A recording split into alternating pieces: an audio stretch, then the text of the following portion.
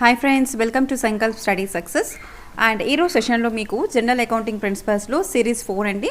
And remaining ఒక 20-25 questions చూద్దాము, multiple choice questions. And these are also most expected questions in the UPSC EPFO exam, okay, and other exams also. So ఈ session మీకు అందరికీ హెల్ప్ఫుల్గా ఉంటుందని అనుకుంటున్నాను, right? Expenses, see the first question. ఇక్కడ మనకి 6th క్వశ్చన్ కంటిన్యూషన్, సిరీస్ 3కి continuation అండి ఇది మనకి. So expenses which has been incurred but yet to be paid as termed as. So expenses which has been incurred, ఓకేనా, incurred అయిపోయాయి but ఇంకా మనం పే చేయాలి. ఎక్స్పెన్స్ జరిగిపోయింది, మనం ఏదో ఖర్చు పెట్టేసాం, ఆర్ జరిగిపోయింది, కానీ మనం ఇంకా పే చేయాలి. దాన్ని ఏమంటారు? అవుట్ స్టాండింగ్ ఎక్స్పెన్సెస్ అని అంటారు, ఓకేనా. What you mean by here? Out standing expenses, మనం పే చేయాలి, ఓకేనా. Expenses incurred but yet to be paid, ఓకేనా. ఆల్రెడీ పే చేసేస్తే మనము దాన్ని ఎక్యూడ్ ఎక్స్పెన్సెస్, ఎక్స్పెన్స్ అవ్వకుండా ముందే పే చేసే దాన్ని ప్రీపెయిడ్ ఎక్స్పెన్స్ అని అంటారు, ఓకేనా. So this is about outstanding expense. Next one, so ఇక్కడ డెఫినిషన్ చూడండి. Outstanding expense is an expense which is due but has not been paid, ఓకేనా. డ్యూ డేట్ ఉంటుంది, ఇంకా పే చేయలేదు, బట్ ఎక్స్పెన్స్ మాత్రం అయిపోయింది, ఓకేనా. Next 7th question, which of the following is non recurring in nature. అంటే recurring అంటే ఏంటి? పునరావృతం జరిగేదాన్ని రికరింగ్ అని అంటారు. నాన్ రికరింగ్ కానిదేంటి? Capital receipts, revenue receipts, and both AMD capital expenditure. So ఇక్కడ మొత్తం మనకి ఎన్ని ఆప్షన్స్ ఇచ్చారు? 4 ఆప్షన్స్ ఇచ్చారు. సో 4 ఆప్షన్స్లో క్యాపిటల్ అన్న పేరు ఎక్కడ వచ్చింది? క్యాపిటల్ అని వస్తే అదేంటి మనకి? రికరింగ్ లేనిది, ఓకేనా. రెవెన్యూ లో రికరింగ్ ఉంటుంది, ఓకే. సో అలా గుర్తుపెట్టుకోండి. Revenue, the expenses which are incurred once and not repetitive are called what? Non recurring expenses, ఓకేనా. ఒక్కసారి మాత్రమే మనకి రిసిప్ట్స్ కానీ, క్యాపిటల్ రిసిప్ట్స్ కానీ, క్యాపిటల్ ఎక్స్పెండిచర్ కానీ ఒకసారి మాత్రమే వస్తుంది. So both capital receipts and capital expenditure are non recurring in nature, ఓకేనా. These are not repetitive. ఒకసారి మాత్రమే మనం బల్క్గా అమౌంట్ ఖర్చు పెట్టడమో ఏదో ఒకటి చేస్తామన్నమాట, ఓకేనా. రెవెన్యూ రిసిప్ట్స్ అంటే ఏంటి? Revenue receipts every month generate అయ్యే రెవెన్యూని రెవెన్యూ రిసిప్ట్స్ అని అంటారు, ఓకేనా. ఓకే, సో ఇక్కడ option what? 7th one, C bit. Both capital receipts, capital expenditure is nothing but what? Non recurring in nature.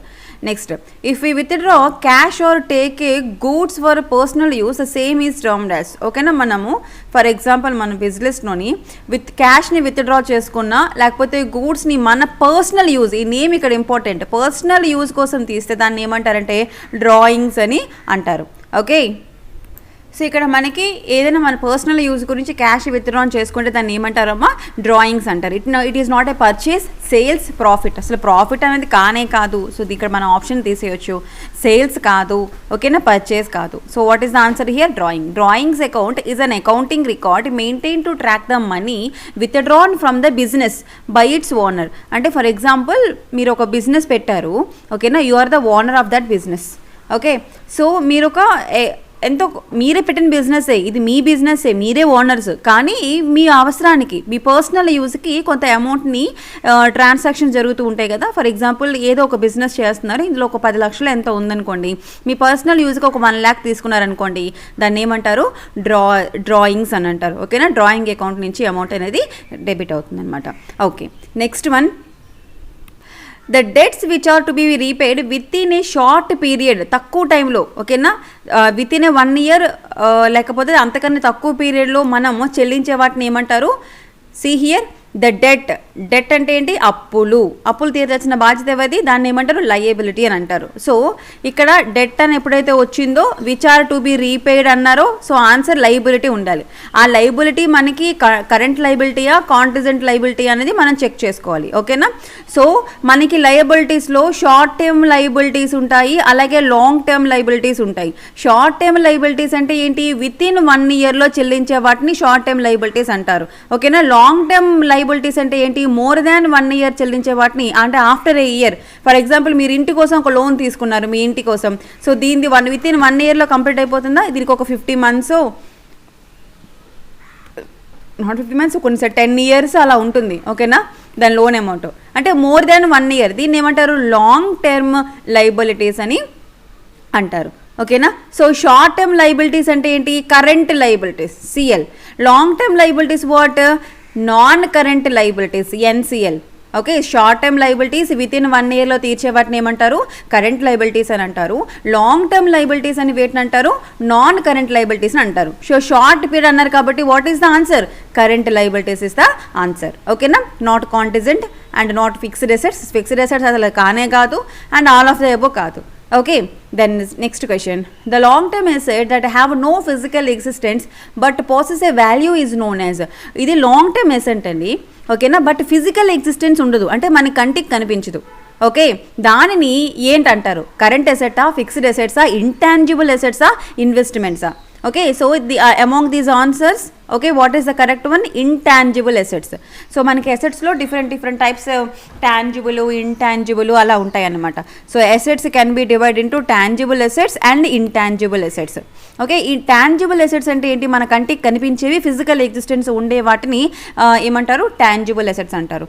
Intangible assets అంటే మన కంటికి కనిపించవు. ఫర్ ఎగ్జాంపుల్ ట్రేడ్ మార్క్ కానీ లేకపోతే పేటెంట్ రైట్స్ కానీ వీటిని ఇంటాంజిబుల్ అసెట్స్ అని అంటారు అనమాట. వీటికి లాంగ్ టర్మ్ అసెట్ ఉంటుంది, ఒక ఫిజికల్ ఎగ్జిస్టెన్స్ ఉండదు. ఓకేనా, so answer is what, intangible assets. Next one, see here, an intangible asset is an asset that is not a physical in nature. Goodwill gaani, brand recognition, patent rights, copyrights, etc. are all the intangible assets. Okay na, intangible assets existing in opposition to tangible assets. Tangible assets enti manaki, tangible assets examples enti, land gaani, okay na, vehicles gaani, edaina oka stock unte stock gaani, avanni kuda manaki kanipinchevi tangible assets anamata. Okay, next one. ఈ question మనకు already repeat అయిపోయింది. Preliminary expenses are the examples what, deferred revenue expenditure. ఓకేనా, so preliminary expenses are the deferred revenue expenditures. Okay, next one, legacies are generally. So this question మనకి previous year ఎగ్జామ్స్లో అడగడం జరిగింది. Legacies are generally capitalized and taken in balance sheet, that is the answer. Okay, capital gain కాదు, deferred revenue expenditure కాదు, revenue expenditure కాదు. Legacies should be recorded as a capital receipt because it is received for a specific purpose. ఓకేనా, specific purpose కోసం మనము తీసుకుంటాం అనమాట. ఓకేనా, for example మనీని ఆ స్పెసిఫిక్ పర్పస్ గురించి మాత్రమే మనం తీసుకుంటాం, దానిని లెగసీ అంటారు. Legacy should be recorded as a capital. ఓకేనా, క్యాపిటల్ లాగా capital receipts. Okay, not revenue receipts. ఇవి అంటే గడిగడికి మనకి ఇవ్వరన్నమాట ఇది. ఓకేనా, it is A legacy. Legacies is a capital receipt, CR. Okay, capital receipt because it is received for specific purpose. ఓకేనా, ఒక specific purpose గురించి మనకి రిసిప్ట్స్ అనేవి వస్తాయి కాబట్టి వీటిని it should be capitalized and taken in to the balance sheet. ఓకేనా, remember this point is very very important. మా ప్రీవియస్ ఇయర్ ఎగ్జామ్స్లో చాలాసార్లు అడిగారు ఈ question. Legacies are generally capitalized and taken in the balance sheet. చెప్పాను. ఇప్పుడు ఇక్కడ next question చూడండి. Copyrights, patents, trademarks ఇవన్నీ ఏంటి, ఇంతకు ముందే చెప్పాను, intangible assets. These are not the current assets. Current assets వచ్చేసి మనకి క్యాష్ అనమాట. ఫిక్స్డ్ అసెట్స్ అంటే ఫర్ ఎగ్జాంపుల్ ల్యాండ్ కానీ లేకపోతే బిల్డింగ్ అలాంటివి ఫిక్స్డ్ అసెట్స్. ఇన్వెస్ట్మెంట్స్ కాదు. ఓకేనా, intangible assets are the what, copyrights, patents, trademarks, goodwill, ఇవన్నీ కూడా మనకి ఏంటి, intangible assets. Okay, 14th question. Subscription received by a school for organizing the annual function is treated as. ఓకేనా, so ఒక స్కూల్లోనే annual function conduct చేయాలి. ఓకేనా, దానికి సబ్స్క్రిప్షన్స్ వచ్చాయన్నమాట. ఓకేనా, subscriptions are received by the school for organizing the annual function, that is what, it is a receipt. It is not an expenditure. క్లియర్గా ఒకటి అర్థమైంది కదా, స్కూల్ ఫంక్షన్ ఆర్గనైజింగ్ చేయడానికి ఈ అమౌంట్ శాంక్షన్ అయింది. సో ఇక్కడ అదేంటి, రిసిప్టా ఎక్స్పెండిచరా, ఇట్ ఈజ్ ఎ రిసిప్ట్. రిసిప్ట్లో it is a what, capital రిసిప్టా, రెవెన్యూ రిసిప్టా? It is not a revenue. Every month school function పెట్టుకోమని డబ్బులు ఇవ్వరు కదా, it is not a revenue receipt. It is a capital receipt and it should be liability. ఓకేనా, so it is not a revenue, it is not an asset, it is not a earned income. Okay, next see the question. ఇంత సింపుల్గా ఇలాగే వస్తాయండి questions. Hurry బర్రీ అయిపోయి ఏంటేంటో చదివికండి. ఓకేనా, general accounting principles నుంచి, labour laws నుంచి, ఇండస్ట్రీ రిలేషన్స్ నుంచి బేసిక్ క్వశ్చన్స్, మనం అటెంప్ట్ చేయగల క్వశ్చన్స్ని మాత్రమే వస్తాయి. కామన్ సెన్స్ కొన్నిటికి యూజ్ చేసి మీరు ఆన్సర్స్ చేయాలి. హిస్టరీ అంటారా, కొంచెం కష్టంగానే వస్తుంది. ఓకేనా, ఇదంతా స్టాటిక్ పార్ట్ ఉంటుంది, అదంతా మీరు గుర్తుపెట్టుకోవడం అనేది కష్టం. ఇవన్నీ కూడాను ఈజీగా చేయవలసినటువంటి మార్క్స్ అనమాట. ఓకే, అండ్ ఫర్ ఎగ్జాంపుల్ మీకు క్వాంట్ అండ్ రీజనింగ్ ఉందనుకోండి. క్వాంట్ అండ్ రీజనింగ్ ఎలాగో లేదు, క్వాంట్ నుంచి కూడాను వచ్చే ఆ 5 to 10 క్వశ్చన్స్ కూడా మీరు ఈజీగా ఆన్సర్ చేయగలుగుతారు. ఓకే, మన ఛానల్లో ఎలాగో క్వాంట్ మొత్తం కవర్ చేస్తున్నారు కదా sir. So please watch those videos. Previous year questions అన్నీ కూడా అనాలిసిస్ చేసి మీకు tricks, simple tricks within 1 minute ఎలా చేయాలో మనకి ఎక్స్ప్లెయిన్ చేస్తున్నారు అక్కడ. ఓకే, సో ఇలాగా ఇలా స్టార్ట్ చేసి కొంచెం డెప్త్గా వెళ్తానమాట. జనరల్ అకౌంటింగ్ ప్రిన్సిపల్స్ కానీ, లేబర్ లాస్ కానీ, ఇండస్ట్రియల్ రిలేషన్స్ కానీ, ఓకేనా, ఇనీషియల్గా స్టార్ట్ చేసి అలా కొంచెం డెప్త్కి వెళ్తాను. ఓకేనా, see here next question, subscription received in advance. ఓకేనా, ఏదైతే మనం సబ్స్క్రైబ్ అయ్యాం కదా ఆ అమౌంట్ అనేది రిసీవ్ చేసుకున్నాం, అడ్వాన్స్ ముందు గుండా వచ్చేసింది. సో అప్పుడు ఇక్కడ ఏంటి, ఇట్ ఈస్ అన్ ఇన్కమా? No, it is not an income, it is not an asset, it is a liability. Okay, అంటే ఒక పర్టికులర్ ఫినాన్షియల్ ఇయర్కి గాను ముందుగుండానే మనకి అడ్వాన్స్ వచ్చేసింది. Subscription received in an income which need to be accounted for an income if it relates to the financial year. Okay, any advance subscription is a liability and to be shown in the balance sheet. So మనకు balance షీట్లోనే assets, liabilities 2 columns ఉంటాయి కదా. So advance ముందుగుండా వచ్చేసింది కాబట్టి ఇక్కడ దానికి liability side ఉంటుందన్నమాట సబ్స్క్రిప్షన్ అడ్వాన్స్ అన్నది. ఓకేనా, any advance subscription is a liability and it should be shown in the balance sheet. Next is the next question. When bad position of the business is tried to depicted as good, it is known as. దీన్ని ఏమంటారు? When bad position of the business is try to depicted as a good. కొంతమంది ఏంటంటే నార్మల్గా మన వర్డ్స్లో చెప్తాను, company దివాలా తీసే స్టేజ్లో ఉంటుంది. ఓకేనా, ఇంకొక మహా అయితే ఇంకొక 1 రోజులు 2 నెలలు దివాలా తీసే స్టేజ్లో ఉంటుంది. అలాంటప్పుడు వాళ్ళు ఏం చేస్తారంటే మేము లాస్లో ఉన్నాము అని చెప్పుకోకుండా మార్కెట్లోని ఓకే షో చేస్తారనమాట.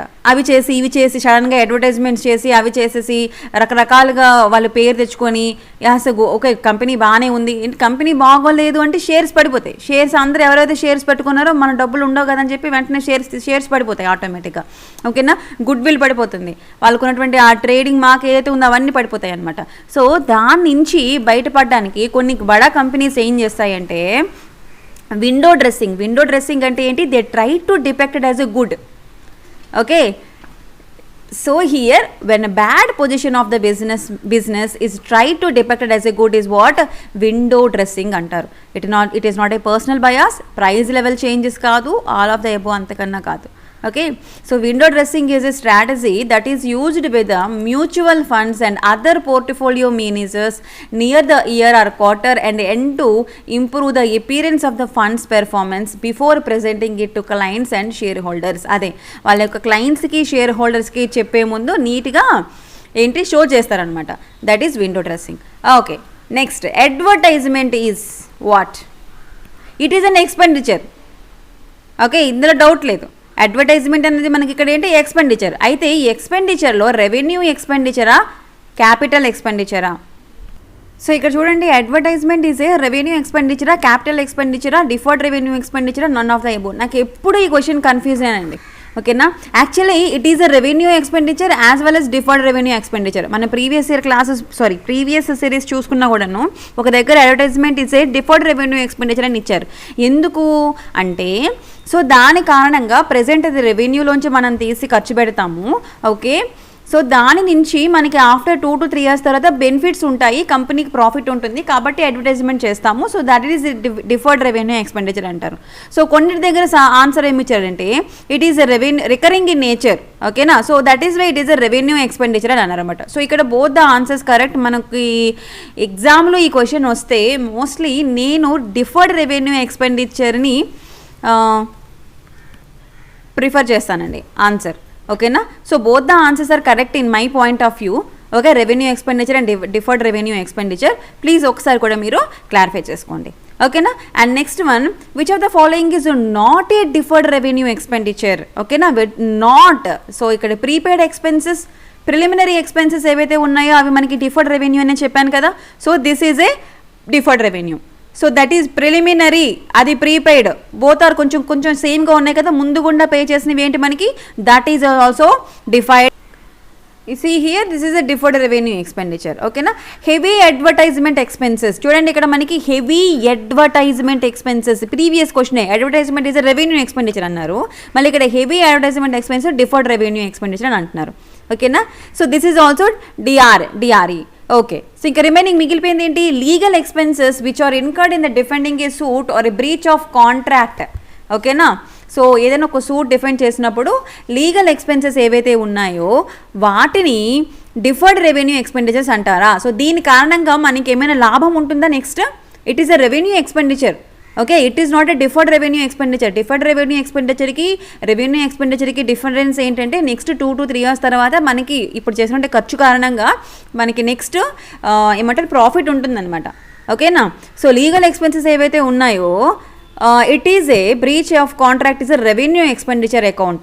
Okay, it is recurring in nature and the same is charged to the profit and loss account in the year in which it is incurred. Okay, so which one is the odd one here? This one. Next, nature of balance sheet is, balance sheet యొక్క nature ఏ విధంగా ఉంటుంది, real అకౌంటా, personal అకౌంటా, nominal అకౌంటా. Actually మనకి అకౌంట్స్లో 3 types ఉంటాయి, real account, personal account, nominal account.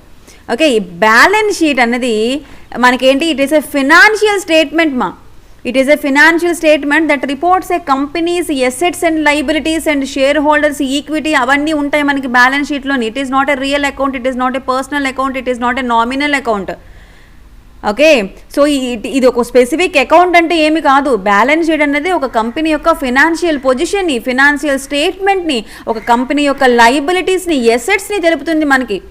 ఓకేనా. So it is not, nature of the balance sheet is not any specific account.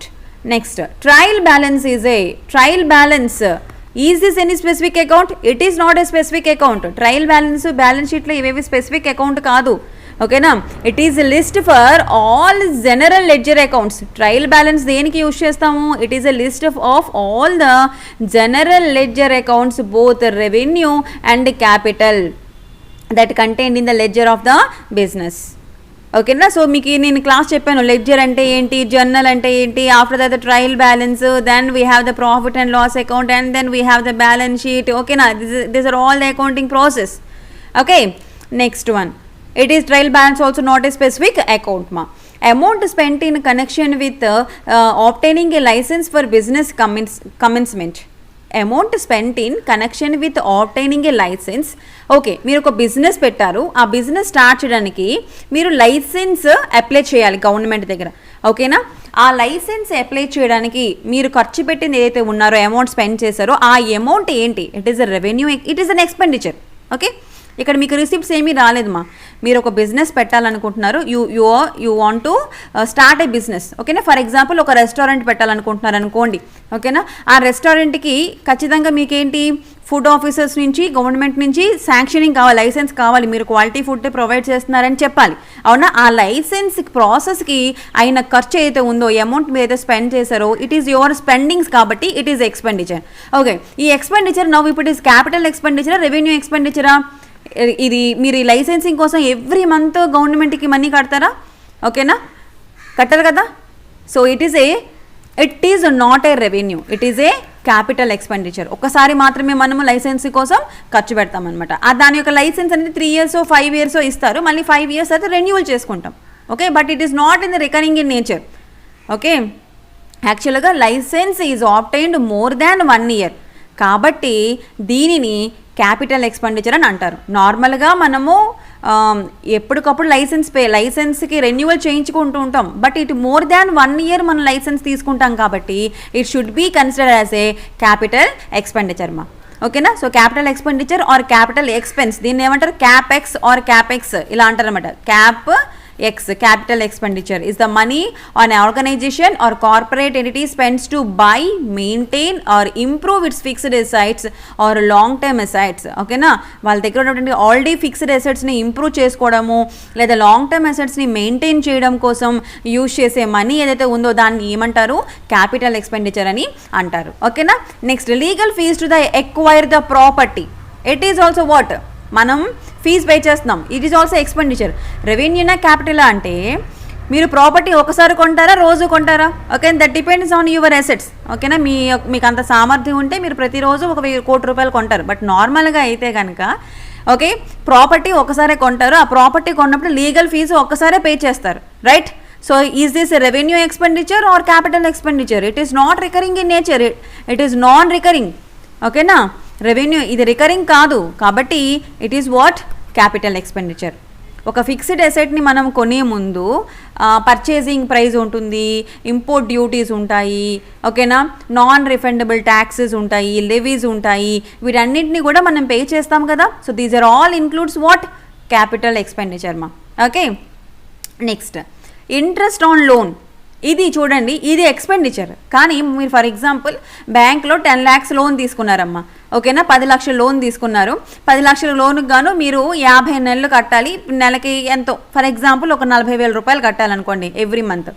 Okay, so 40,000 rupees. మీరు ఇక్కడ count చేయకండి 10 lakhs 40,000 in 50 months అని చెప్పేసి, నేను just క్యాజువల్గా చెప్తున్నాను. ఓకేనా, 15 ఎన్నో కొన్ని మంత్స్ టైం పీరియడ్ ఉంటుంది, బట్ ప్రతి నెల 40,000 రూపాయలు కట్టాలి. సో ఎవ్రీ మంత్ మీరు 40,000 కట్టాలి కదా. రికరింగ్ ఉందా లేదా? కరెక్ట్గా వాళ్ళు ఒక డేట్ ఇస్తారు, 2nd, 3rd, 4th of every month. ఓకేనా, ఆ డేట్న మన బ్యాంక్ అకౌంట్లో ఆటోమేటిక్గా అమౌంట్ అనేది డెబిట్ అయిపోతుంది. ఓకేనా, so interest amount plus principal amount cut అయిపోతుంది లోన్ది. So it is a revenue, it is expenditure. But ఇక్కడ ఎక్స్పెండిచర్ రెవెన్యూనా క్యాపిటలా? Okay, it is a revenue expenditure, it is not a capital one, it is a revenue expenditure. Okay, next one. Interest is calculated as per the percentage of the loan or deposit balance that is paid to the lender. ఎవరికి pay చేస్తాము? పీరియాడికల్గా monthly once మనం pay చేస్తాం కదా, for the privilege of using their money. Okay, this amount is usually quoted as a annual rate, but interest is calculated generally 1 year or shorter than 1 year, months quarters బట్టి ఉంటుంది. Okay మా, see the next question. Money spend to acquire the physical asset. Physical asset మనం కొంటున్నాం, ఓకేనా. Physical asset కొనడానికి మీరు money spend చేస్తున్నారు. Spending అని వచ్చిందంటే it is an expenditure, it is not a receipt. Okay, very good.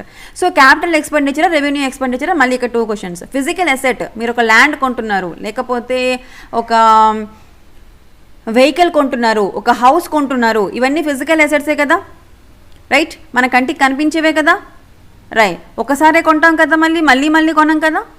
So దీన్ని ఏమంటారు?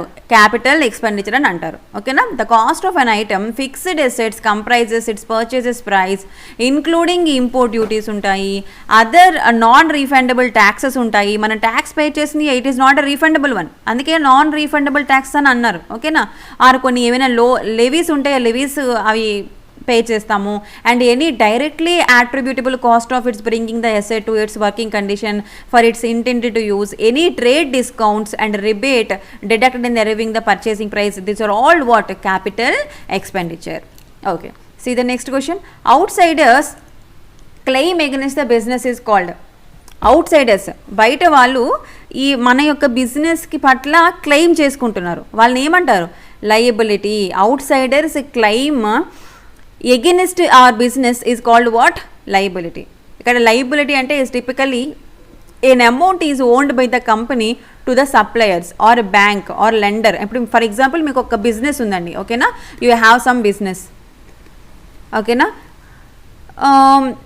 ఈ బిజినెస్ని మీరు పనంగా పెట్టి ఒక లెండర్ దగ్గర కానీ, లేకపోతే ఒక బ్యాంక్ దగ్గర కానీ, లేకపోతే ఒక క్రెడిటర్ దగ్గర కానీ, పెట్టుబడిదారు దగ్గర కానీ, లేకపోతే సప్లయర్ దగ్గర కానీ ఏం చేస్తున్నారు? మీరు అప్పుకి మనీ తీసుకొస్తున్నారనమాట. ఓకే, సో మీరు ఇన్ కేసు పే చేయకపోతే వాళ్ళకి, వీళ్ళందరికీ ఈ బిజినెస్ని తీసుకునే అధికారం ఉంటుందా లేదా? క్లెయిమ్ చేసే అధికారం ఉంటుందా లేదా? వీళ్ళందరూ అవుట్ సైడర్సే. These are not the part of your business.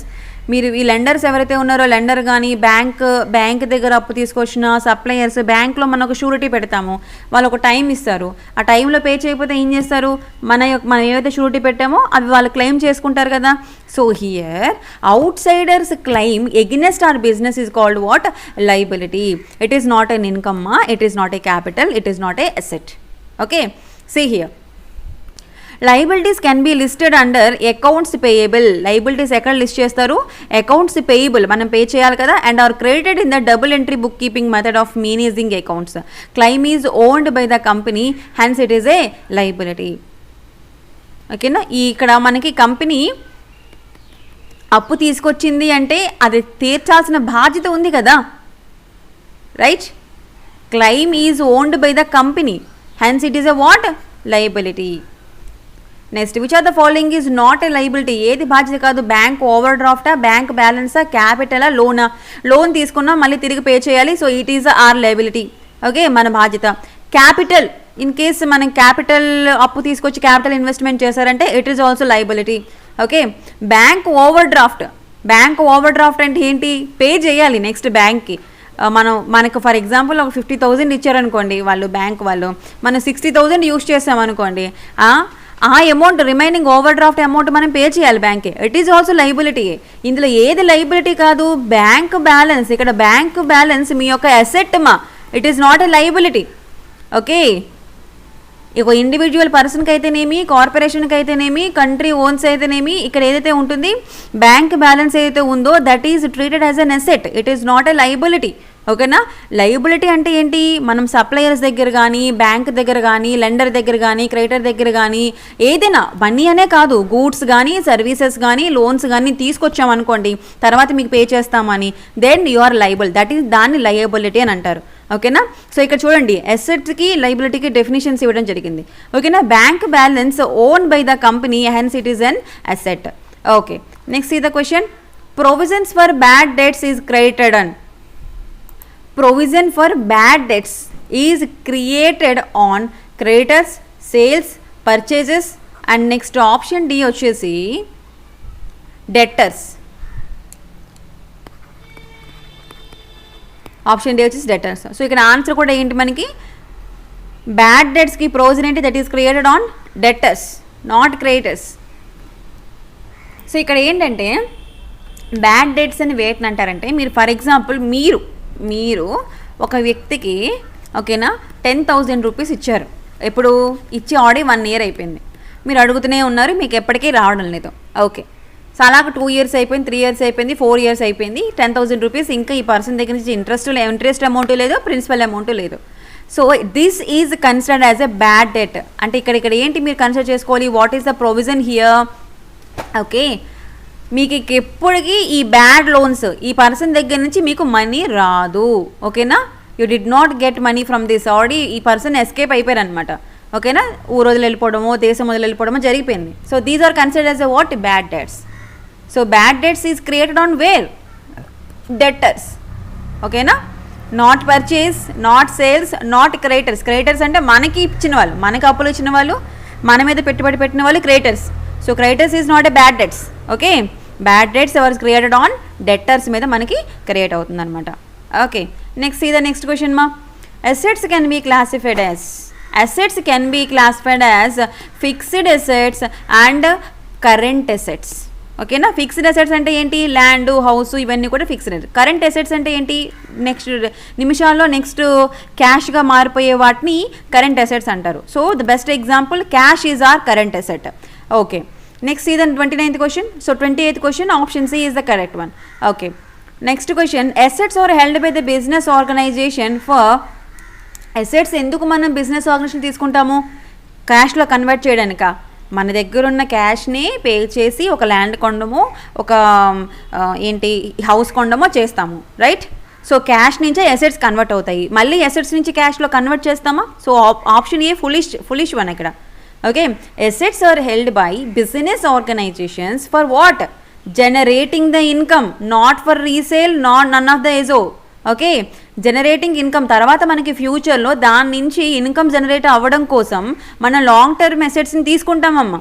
ఓకేనా? ఇలా ఇట్స్ లైక్ ఇన్వెస్ట్మెంట్ చేస్తాము. Okay, so assets are treated as a what? Generating the income. Okay, next see the question. అంటే మేడం మరి అసెట్స్ సేల్ చేసినప్పుడు అప్పుడు మనకి క్యాష్ వస్తుందంటే, ఇప్పుడు వెంటనే కాదు కదా, వెంటనే క్యాష్లో కన్వర్ట్ చేయడం కాదు కదా. ఫర్ ఎగ్జాంపుల్ మీరు ఇప్పుడు ల్యాండ్ కొన్నారండి, ఓకేనా, 10 lakhs పెట్టి, అలా ఒక 10 years వదిలేస్తారా? వదిలేరా? ఓకేనా? వెంటనే అమ్మేస్తారా? 10 years వదిలేస్తే దాని వాల్యూ 1 crore రూపాయలు అయింది అనుకోండి, అప్పుడు అమ్ముతారు మీరు. సో ఇక్కడ మీకు ఇన్కమ్ జనరేట్ అయిందా లేదా? రైట్.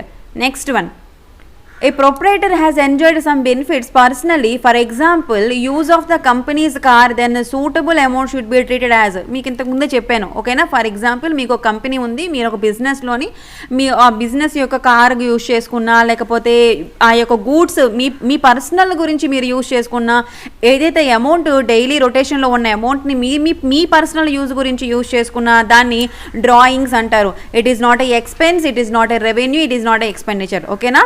ఒక బిజినెస్ యొక్క ప్రొప్రైటర్ కానీ ఆ బిజినెస్ అధినేత పర్సనల్గా తన ఖర్చుల కోసం కంపెనీ యొక్క వస్తువుల్ని వాడుకుంటే దానిని డ్రాయింగ్స్ అంటారు. Okay. If a proprietor has enjoyed some benefits personally, for example use of the companies car, then suitable amount should be treated as a drawings. ఓకేనా. Drawings are not the expenses మా. ఇక drawings అనేవి expenses కాదు. There are not expenses for the entity but reduction of the capital. అంతే కదా. బిజినెస్లో 10 lakhs rupees ఉంది. Okay, 10 lakh ఉంది. ఈ 10 lakhsలో మీరు ప్రొప్రైటర్ మీరు ఒక 1 lakh యూజ్ చేసుకున్నారు. ఓకేనా. ఇది బిజినెస్ ఎక్స్పెన్స్ కాదు, బిజినెస్ కోసం మనం ఎక్స్పెండిచర్ చేయట్లేదు, బట్ క్యాపిటల్ తగ్గిపోయింది కదా. Okay, it is not a expense of business but the here reduction of capital is there. Hence drawings should be not be debited to the personal and loss account. ఓకేనా. Profit and loss account, sorry PL అంటే ఏంటి, profit and loss అకౌంట్లో మనము డ్రాయింగ్స్ రాయకూడదు. Drawings should not be debited to the profit and loss account మా. ఎందుకంటే ఇది బిజినెస్కి సంబంధించింది కాదు. బిజినెస్కి సంబంధించిన ఎక్స్పెండిచర్స్, ప్రాఫిట్స్, లాస్ మాత్రమే ప్రాఫిట్ అండ్ లాస్ అకౌంట్లో రాయాలి. Okay. Next one, net profit or loss will be debited at the dash stage of the accounting. Okay, మనకి అకౌంటింగ్లో డిఫరెంట్ స్టేజెస్ ఉన్నాయి. క్లాసిఫైయింగ్ అని, ఇంటర్ప్రిటేషన్ అని, రికార్డింగ్ అని, సమ్మరైజింగ్ అని ఇలా ఉన్నాయి. నెట్ ప్రాఫిట్ లాస్ ఎప్పుడు డిరైవ్ చేస్తాం? It will be derived at which stage? Classifying, interpretation, recording, సమ్మరైజింగ్లో రాస్తామమ్మా. ఓకేనా. ఇది మీరు ఈ స్టేజెస్ అన్నీ కూడా బాగా చదువుకోవాలి. సార్ క్లాస్ చూడండి దీని గురించి. Okay, net profit or loss will be derived at which stage? Summarizing stage of the accounting. A financial or accounting summary sum up with company financial activities for specific period of time. అంతే కదా. Financial accounting లేదా accounting summary అనేది ఒక specific year, for example ఈ సంవత్సరం March నుంచి next year April వరకు అలా, లేదంటే ఇప్పుడు ఏప్రిల్ నుంచి మార్చ్ వరకు అలా ఉంటుంది ఫినాన్షియల్ అకౌంటింగ్. ఓకేనా. So summarising the business transactions, summarising చేయడంలో సమ్మరైజింగ్ చేసినప్పుడు ఏమవుతుందంటే కంపెనీకి ఒక విషయం తెలుస్తుంది అనమాట. ఓకేనా. నెట్ ప్రాఫిట్ లాస్ క్యాలిక్యులేషన్ చేస్తే నెక్స్ట్ మనం దేని మీద ఎక్స్పెండిచర్ చేయాలి, ఓకే మనకి ఎంత ప్రాఫిట్ వచ్చింది, ఎంత లాస్ వచ్చింది, ఇవన్నీ కూడాను ఎస్టిమేషన్స్ చేసే అవకాశం ఉంటుంది. ఓకేనా. సో సమ్మరైజింగ్ స్టేజ్లో మనకి నెట్ ప్రాఫిట్ లాస్ అన్నది డిరైవ్ చేస్తారనమాట. Not in the classifying stage, not in the interpretation stage, not in the recording stage. రికార్డింగ్లో మనకి రికార్డ్ చేస్తారు ఇన్ఫర్మేషన్ని, క్లాసిఫికేషన్లో క్లాసిఫై చేస్తారు. క్లాసిఫైయింగ్ మీన్స్ ఏంటంటే దేనికి ఎంత వచ్చింది ఏంటంటే క్లాసిఫై చేస్తారు. Okay right. సమ్మరైజింగ్లోనే డిరైవ్ చేస్తారు. Very very important one. Right. Thank you so much ma. Do subscribe to our channel Sankalp Study Success. I hope these sessions were very helpful to you. Please share our channel with your friends and family members. ఎందుకంటే ఏదో ఒక subject ఎవరికొకరికి ఉపయోగపడుతుందండి. UPSC EPFO కనే కాదు, మన దానిలో ఎంసెట్ చెప్తున్నాము and remaining engineering subjects చెప్తున్నాము, క్వాంట్ చెప్తున్నాము, ఇంగ్లీష్ చెప్తున్నాము. ఎవరికి ఏ సబ్జెక్ట్ అవసరం ఉంటుందో తెలియదు కదా. So please, and all are free classes only. And ఇక్కడ ఇంకొక విషయం ఏంటంటే ఏదో సగం చెప్పి సగం కాదు, తర్వాత మళ్ళీ మీరు సబ్స్క్రైబ్ అవ్వండి, సబ్స్క్రైబ్ అయితేనే మీకు ఫుల్ కోర్స్ ఇస్తాము, ఇలాంటిది ఏమీ లేదు. అంతా కూడా ఫ్రీగా మీకు ఎక్స్ప్లెయిన్ చేయడం జరుగుతుంది. Okay. So please support us friends. Thank you so much.